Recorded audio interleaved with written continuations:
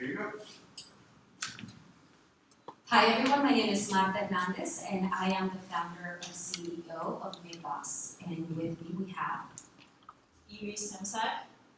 and she is the program manager lead.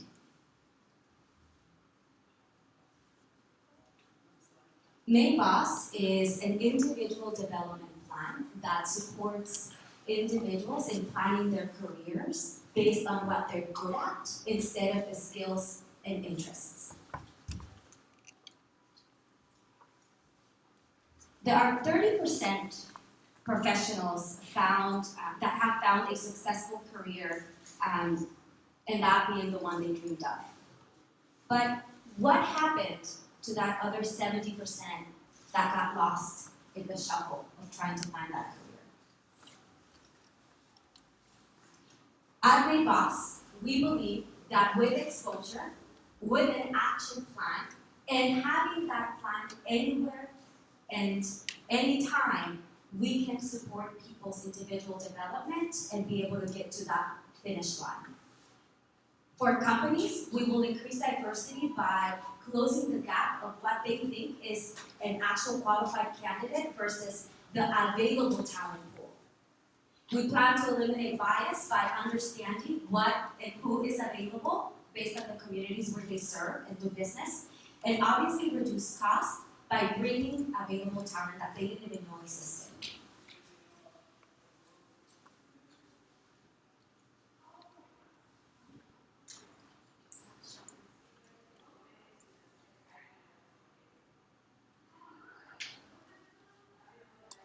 So our product.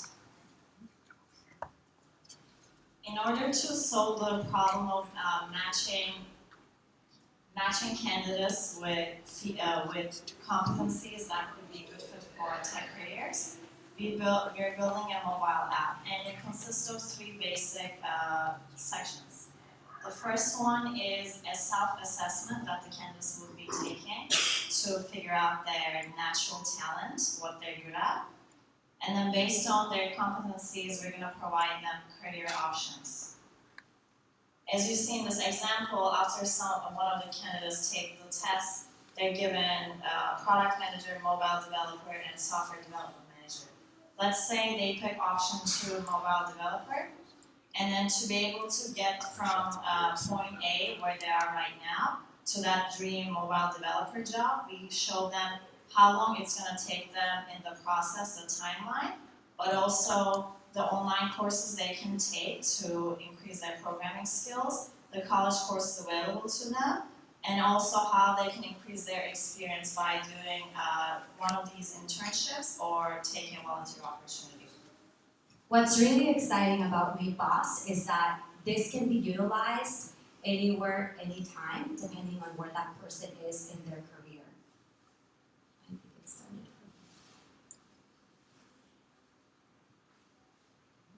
Our business model is that companies already pay for this.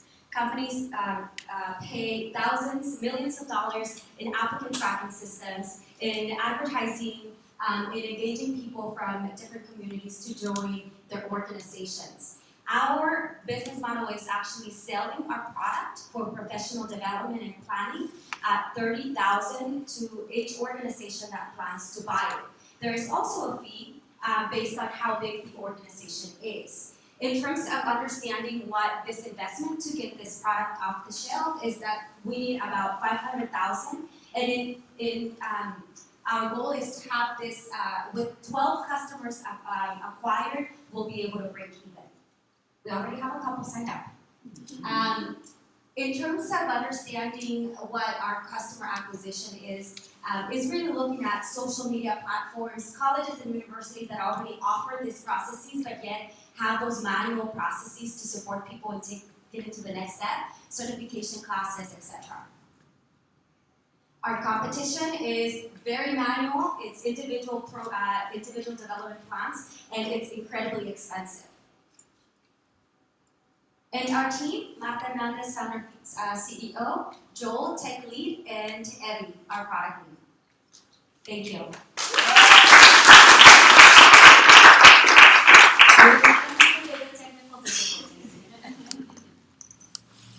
Any questions? Who is your target customer? Early start, professional, career professional. So 19 to 26-year-olds.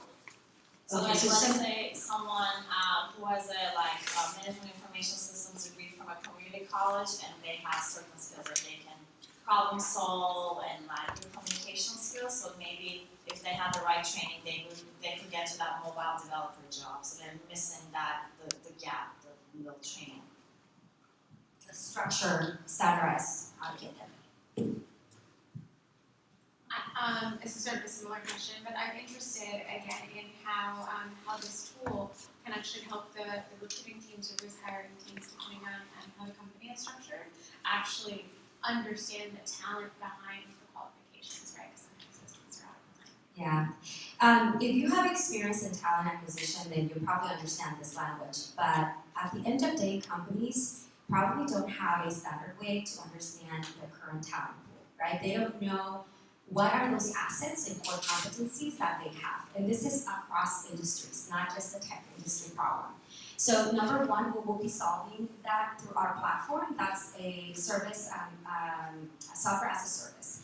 From an acquisition perspective, they would be looking at a talent pool of people that, again, has built already trust, right? That they've followed a plan, that they have engaged in certifying themselves, that understand the real need of the job.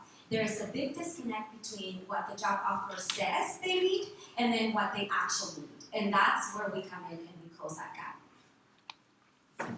Can you talk a little bit about how you might identify and recruit individuals that have the skill set or the competencies that you want to then bridge into some of the career positions?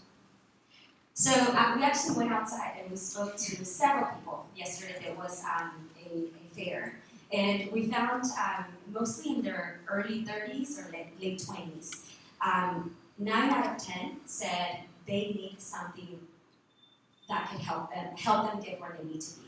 They know where they want to be, but they don't know how to get there. In fact, 3 of them mentioned that they would go to the local EDD office. I mean, have you ever been to a local EDD office? It is crazy. From a global perspective, or at least more like, how do we get the word out?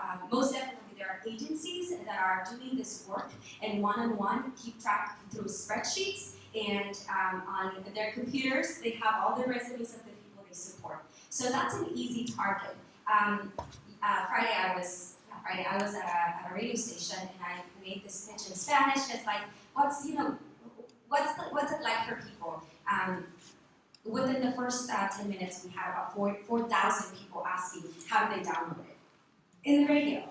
And so I've been doing this work, I'm passionate about it, and I think that we have the opportunity to get it done.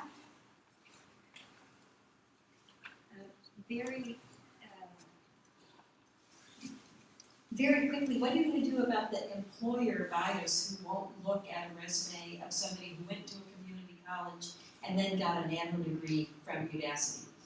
Actually, during, again, our user research, we talked to Lisa from Omidyar Network. She was one of the mentors here, and she has countless years of HR experience. And one thing she told us, a lot of the employees struggle with, they usually recruit people that match 100% of the job description, but then those people are not challenged. They already know what they're doing, so they tend to leave a lot faster. But if you hire someone that's 80% there, and they're working really hard and they're already committed and they stick to a plan to close that gap, they'll be more committed. And after this sort of person joins the company, actually as our phase 2, we also thought about the future, we would develop this tool to help companies build like internal plans after they hire this sort of people, and help them come up with the individualized career plan for their already hired employees.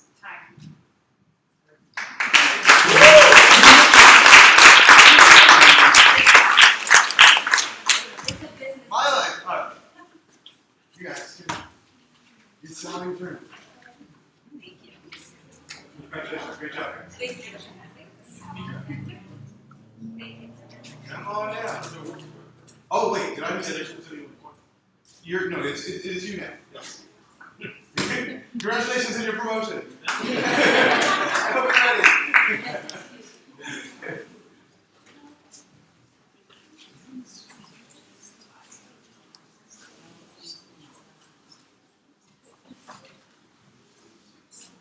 Here, I'll steal that from you until you guys are ready. So on Friday night of Startup Weekend it's a relatively short night. We come up here around 5, 6 o'clock, eat dinner, there's a lot of activities, and we go from being a group of 50-some individuals to teams. That takes a lot of time, so you don't actually get to your teams until around 9 or 10 that night. You've got about an hour to plan your weekend before we kick you out of the building. But Saturday is a different story, because we start 8, 9 o'clock in the morning and went all day Saturday to around 9 o'clock that night. And normally at a startup weekend, that Saturday can become this, people start off energized enough, but then by 4 or 5 o'clock, the energy gets lower and lower and lower. So Jorge knows that I was begging him for an activity to do with you guys to get the energy back in the room at 4 or 5 o'clock. And turns out, when we got to that time in the weekend, that you guys did not want to stop at all. Your energy was high. You were heads down working hard. We couldn't even get you, we served dinner, and we couldn't get you to stop to get the food. So, super impressive that you guys were so dedicated through all Saturday to make things happen. You guys ready? Am I right? Yes. I lost the speaker. He left the front. And now you're getting hard. Okay. Yes, do hydrate. Okay. So hi, my name is Ajmal Jackson Brown, and I'm the founder of Unrise. I remember the first time I got invited to Facebook. I saw no one that looked like me or had any sort of lived experience similar to mine. Every time I walk into a conference room to present to a client wearing a 3-piece suit, I'm often the only African American man present. Unfortunately, my experience isn't unique. I'm a 22-year-old African-American man that grew up in Oakland, California, and attended the public school system here. No one ever told me that I'd make it to Silicon Valley. No one ever told me that I would go to work as a developer. No one ever told me I'd be here standing in front of you, even though I can probably throw rocks away at high school. That experience isn't unique, and it's indicative when you look at the statistics of any of the large tech corporations. As of right now, 90% of high schools in America don't offer computer science education. In California, African Americans and Latinos represent 60% of the high school students here. Our question is, why aren't we cultivating top technical talent within the next generation to meet the shortage of technical talent that we're seeing now? We represent less than 7% at any of these large corporations. Our mission is to create equity of access to tech education and to the tech economy by providing high schools with turnkey solutions to teach both the technical skills, but also utilize the emotional capacity of our instructors. We're providing online video-based education, instructors to teach our curriculum, and curriculums that take into consideration what the activities, behaviors, and interests of our students are, which is something that no one in this space has done yet. We're focusing on 3 large community partners as our clients. This is how we're generating revenue as a social enterprise.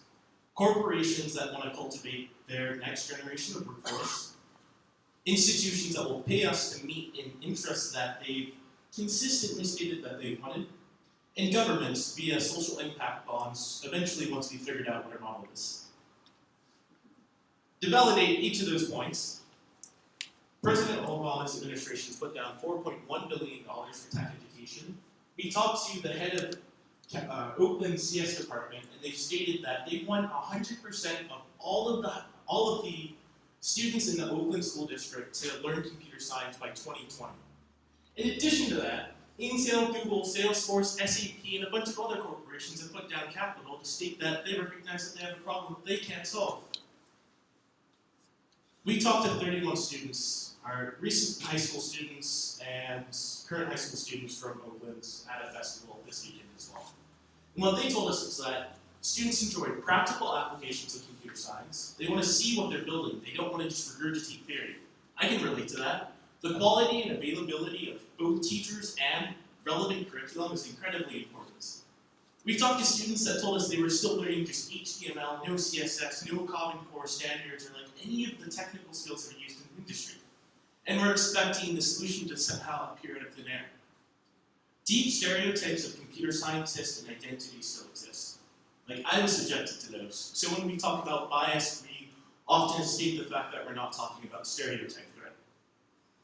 We built out a prototype that facilitated the ease of facilitating computer science education in the classroom, both on behalf of the students and the instructors. So looking at video-based curriculum, quizzes, in addition to that, applicable applications of the technologies through projects. This is the size of our market.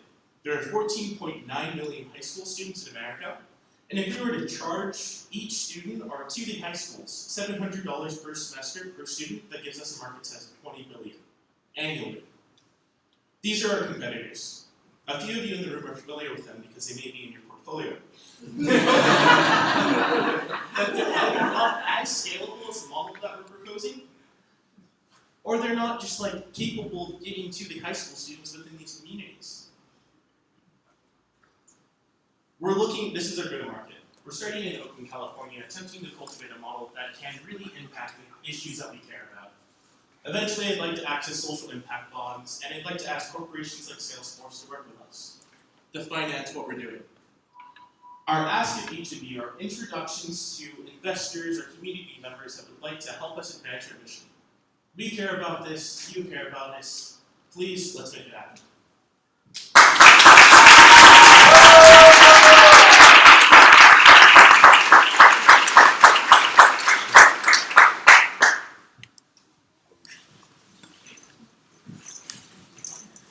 So you mentioned a really great thing, which is the fact that Also, one of those.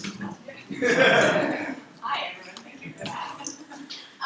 I'm really interested in how, if you have a vision around, in particular, how you're going to try to mitigate the stereotype threat that students from these underserved districts are going to often experience as they sort of move in and get educated on technical topics. So I mentioned for my senior thesis, I wrote my dissertation on the history of diversity management, and I piloted a front-end web development curriculum with students in William, Massachusetts, which is one of the poorest USCs.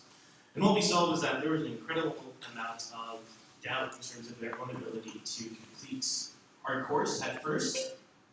But like the first day there, everyone makes a website. Like you can't deny it, you just built something. Like you are on the way to becoming an engineer.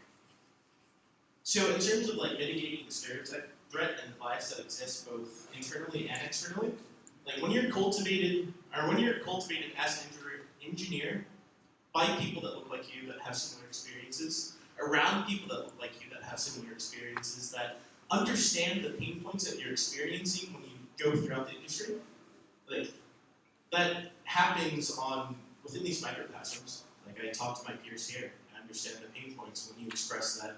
When you attended the Apple conference, you were the only one. It's like, I get that. So, building community.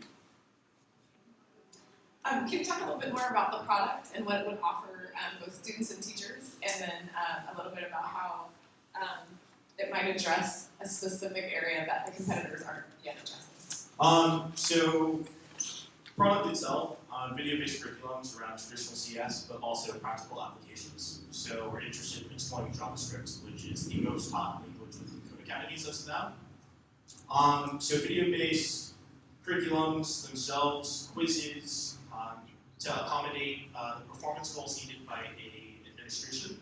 And in addition to that, practical and project-based, or practicum-based work. So maybe at the end of your junior year, you build a website for a local business. In terms of differentiating factors, a large portion is the workforce. Like with a lot of the organizations in this industry, both for-profit and non-profit, they're realizing that they're unable to scale at the level that they thought without losing quality. We're cultivating a workforce of college juniors and seniors that have completed internships at large corporations. So they both get the theory in addition to the practical skill set required. And that's a huge differentiator between us and some of our competitors. So I'm confused now, if you're talking about OUSD being your target customer, what age student are you going after? As of right now, 13 to 18. Okay, and for all 5 of those years? Yes, as of right now, OUSD is thinking about 10th through 12th grade. Right. I'm a huge proponent of K through 12, but right now I think it needs to start in high school. Like if I would have started my career when I was like 13 or 14, like that would have been amazing.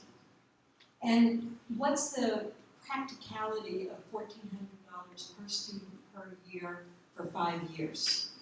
How does that business model really work? In terms of organizations, we'd like a sales force to take up some of the burden. Like we're reaching a shortage of data scientists by 2018. We will have 450,000 jobs available and only 200,000 Americans get to fill them. So like Salesforce that is in dire need of a workforce, they can pick up some of that burden when students have like matriculated through their first 2 years of the program. Like we can ask the high school to pick up some of the burden, a workforce development board will pick up part of that burden. All of their data is pointing towards the same solution. That's how I'm justifying it as of now.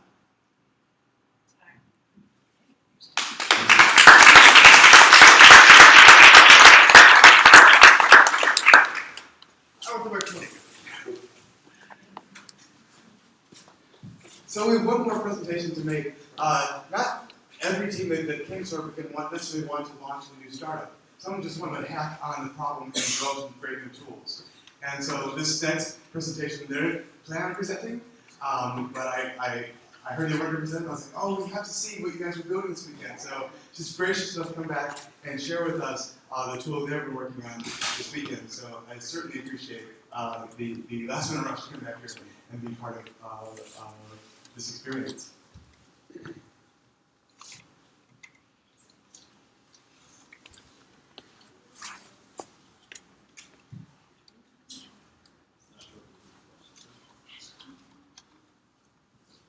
That was a good thing.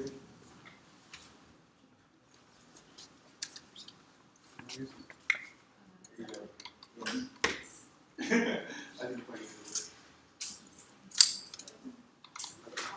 Okay, well, it's all you. Thank you. Hi, my name is Rachel, and I'm an engineer at Lever, where I spend a large portion of my day working on building hiring software. Lever helps companies with all parts of their hiring process, from collecting feedback from interviewers, to sourcing candidates, to scheduling interviews. And so, in addition to building hiring software, I often spend a lot of time thinking about how can we make this process better, how can we help our customers make their hiring processes better, and how can we make their hiring processes more inclusive. And so it's really no surprise that when I went to a talk by Laura McKenzie of the Clayton Institute of Gender Research at Stanford, I took away some of the learnings from that talk and immediately asked, how can I use this to make hiring processes better? So her talk was talking about the use of communal and agentic adjectives in evaluations for men and women, performance reviews, recommendations, as well as interview feedback. And it turns out that, this conference is all about hacking bias. It turns out that we have a more easily associate women with communal adjectives like nurturing, caring, collaborative, team player, and we more easily associate men with agentic adjectives like adventurous, bold, aggressive. And we also associate agentic descriptions with leadership. And so the result of this is that when women get described more often with communal adjectives in their recommendations and their performance reviews and feedback, they end up getting passed up for promotions. They end up not getting hired. And so I took this and I was like, how can we get a tool into interviewers' hands so that they can know whether they are using more communal adjectives with women candidates and then actually change that behavior? Take a moment after filling out their feedback to stop and reflect and ask, did I use these communal adjectives for this candidate because it makes the most sense or because it just came more easily? And can I actually describe her contributions that she told me in this interview with more agentic terms? So my team, Ro, Zias, Melanie, Rachel, and everyone else who came and helped us throughout the day yesterday, set out to build a Chrome extension that would be readily available and seamless when that interviewer was filling out the feedback in their applicant tracking system, that they could very easily ask, hey, can you analyze my feedback and let me know if there's anything I can do better. So I'll show you what we came up with. So this is in the interviews page and lever. So this is where you come and like fill out your feedback. And the idea is that when you come to this page, it would pop out a little Chrome extension toast that say, hey, do you want to analyze your feedback? And the extension part would come out over this page. So it's not fully integrated yet, but this is the extension web page that would show in that little side portion. So I'm gonna just shrink it down a little bit. That did not work. Okay, so basically it would automatically pull the text from the interview page to analyze it. And so right now I'm saying, hey, my feedback verbiage is well balanced. That means that I'm using a balanced an even amount of agentic and communal terms when describing this candidate. So if I come in here and I add the word caring, it's going to immediately update to say, hey, I'm using more communal terms. And if I want to learn more, I can read all about why this is important, as well as look at alternative words to the words that I used. So it tells me to what communal adjectives that I'm using. And if I put in some agentic adjectives,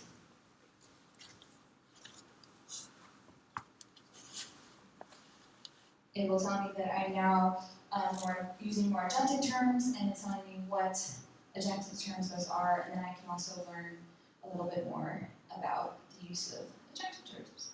And then this portion was, we don't have any research or anything that tells us that there's a correlation between these attributes of feedback and how biased it is, but I thought it was interesting. So we actually use Watson's tone analysis API to get the emotion, language, down to the frequencies of their feedback.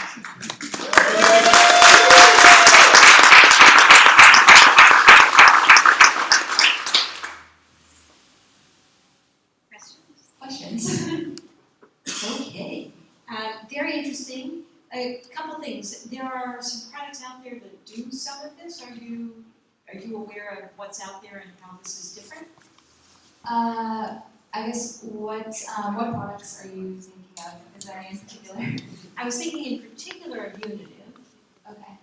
since they flagged this, and whether or not, and because they're doing it in job description language, performance reviews, lots of things. The other thing is, and anybody who knows me anticipates this question, not all women are the same. Is there any intersectional lens here? The Clayman Institute has done a particularly non-job, bad job of anything having to do with intersectionality or lens for race and class. Yeah, I definitely acknowledge that this is very much lacking in that, and I think the thing that our team struggled most with this weekend is looking, we were looking for papers or any kind of research that has been done to say this is what you can give people feedback on, further feedback. And there is like one paper that we base the communal agentic work on, but a lot of startups, a lot of companies, unless you're a really large enterprise, don't have the hiring data to get anything of statistical significance. And so you're often basing, you have these studies that come out and you're like, okay, that makes sense, let's try and have people adopt this new behavior. But there's a lot of assumptions and it definitely doesn't apply to everyone. And so I think the language that we chose to use in the side was more about using agentic and communal terms more balanced. So even if it was a male candidate, you'd be encouraged to use more communal terms and just use that language in more of a balanced way. Is that actually helpful? I can't say. but perhaps over time, if these tools do get used, Uniliv could collect data that actually shows yes, it does result in better hires. It's a very interesting concept that we make sure that everybody's language and the impact on lots of people is built in from the beginning. Definitely. I was just gonna say, I like, in particular, how the feedback is very real time, which is really cool. And I just wanted to ask whether you had any questions to sort of have some sort of machine learning, so that it learns about the type of feedback maybe in a particular organization. So are you a little off or on what is happening in your work? That would definitely be really interesting. I think another aspect we talked about is storing the results analysis over time, so you could get like a historical view. But that just, it's a whole other piece of software to build. Okay.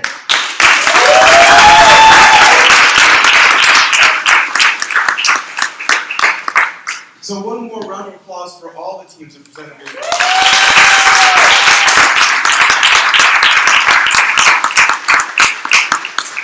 You guys did a great job. So what's going to happen now is Jorge's going to take the judges over to the deliberation room. We're going to take about a 15-minute break.